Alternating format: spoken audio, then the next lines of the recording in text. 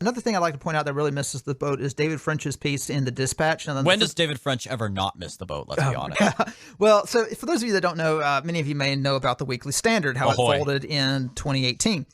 And of course, all its writers and editors, they were without a job, so they had to go somewhere. So those who were well positioned to move on with their lives and weren't just the scrubs at the bottom, they moved on and founded the Dispatch, which is... They kind of broke off into two groups. One was the Bulwark, which is Bill Kristol's publication, and then the other was the Dispatch, which I think is Jonah Goldberg's outfit. Right. And we shall get to Bill Kristol here shortly. But oh yeah, we'll come to that. Let's start with Mr. French. Or is it Dr. French? I think he got a JD. So David French wrote an article in his French press in the Dispatch called "Can America Be America When Jews Are Beaten in the Streets?" And the headline speaks for itself. He opens up saying, "It happened again. As war raged between Hamas and Israel over there in the Middle East, watched in horror as American Jews were beaten right here in American streets." Talks about how Thursday evening there was a gang of men who beat a Jewish man in Midtown Manhattan. Then there was another talking about what we mentioned in L.A., how the group of Palestinians attacked the Jewish diners. And then talking about synagogues that were vandalized, Salt Lake and Tucson, a few other places. But he ties it into earlier attacks in 2019 and 2020 when attackers beat Jewish Americans repeatedly. There was a mass shooting at a kosher deli in Jersey City. I believe that was the one where it was a black Israelite that did that one. A few of the others were Palestinians who carried it out. Talks about how from its very start, Europeans who came to this country welcomed Jews in their midst, and Jews have always had a home in the United States. So Washington, of course, visited, I believe, right after he was inaugurated president, he visited a congregation in Rhode Island and gave basically a goodwill address to the Jewish people in Rhode Island.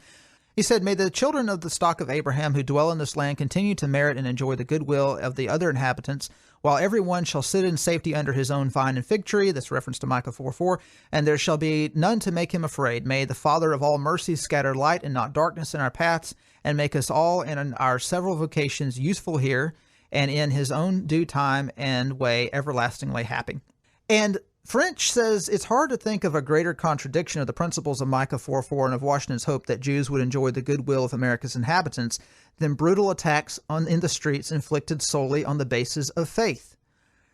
Okay, these Palestinians who attacked these Jews did not attack them for their faith. They attacked them for their ethnicity. They didn't attack them because they worship. They didn't ask them, are you a practicing, do you practice Judaism? They asked them if they were Jews. They didn't ask them what they do or what they believe. They asked them who they were. They attacked them for who they were. And French, of course, completely misses the mark. He writes, "Indeed, street attacks represent a larger marker of exclusion and persecution." Okay, so this is a larger marker. This is more of a warning sign. This is like a warning bell in the night of what's happening in America as a whole.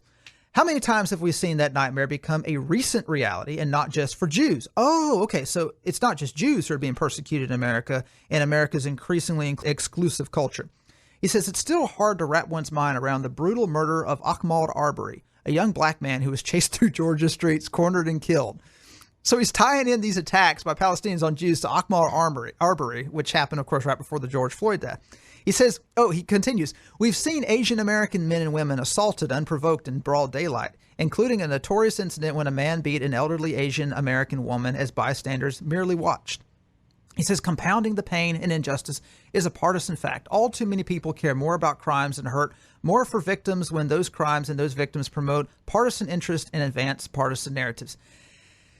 He says, "This much we know, however, if the founding pledge of safety and freedom for Jewish citizens was a leading indicator that the American promise would be kept, then rising danger to Jewish citizens should be cause for profound alarm. Our nation's first president told believers in one of the world's most persecuted religions that they would have a home in this land. That founding promise helped define this nation. Breaking that promise would define us again, but in an entirely different way. America cannot be America when Jews are beaten in the streets." This is insanity. This whole article is insanity. So he's claiming that America cannot be America if Jews are beaten in America's streets. But who's doing the beating? Who is attacking Jews in the streets? It's immigrants. He's basically kind of talking. He's dog whistling the idea that it's native, right? It's white. It's white Americans. That's white Americans. That it's it must be WASPs who are hunting down these Jews in the streets and beating them. No. It's immigrants. It's immigrants who are beating these Jews in the streets.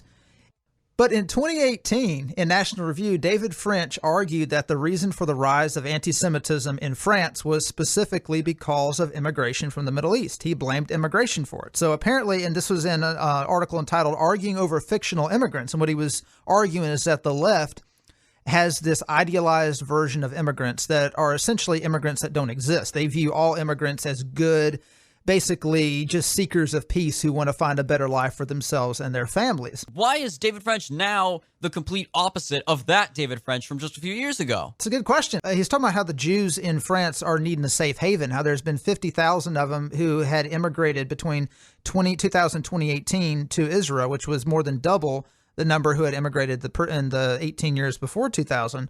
But he writes, there is a need for the great Western democracies to be compassionate and humane, but not every material limitation on immigration is xenophobic.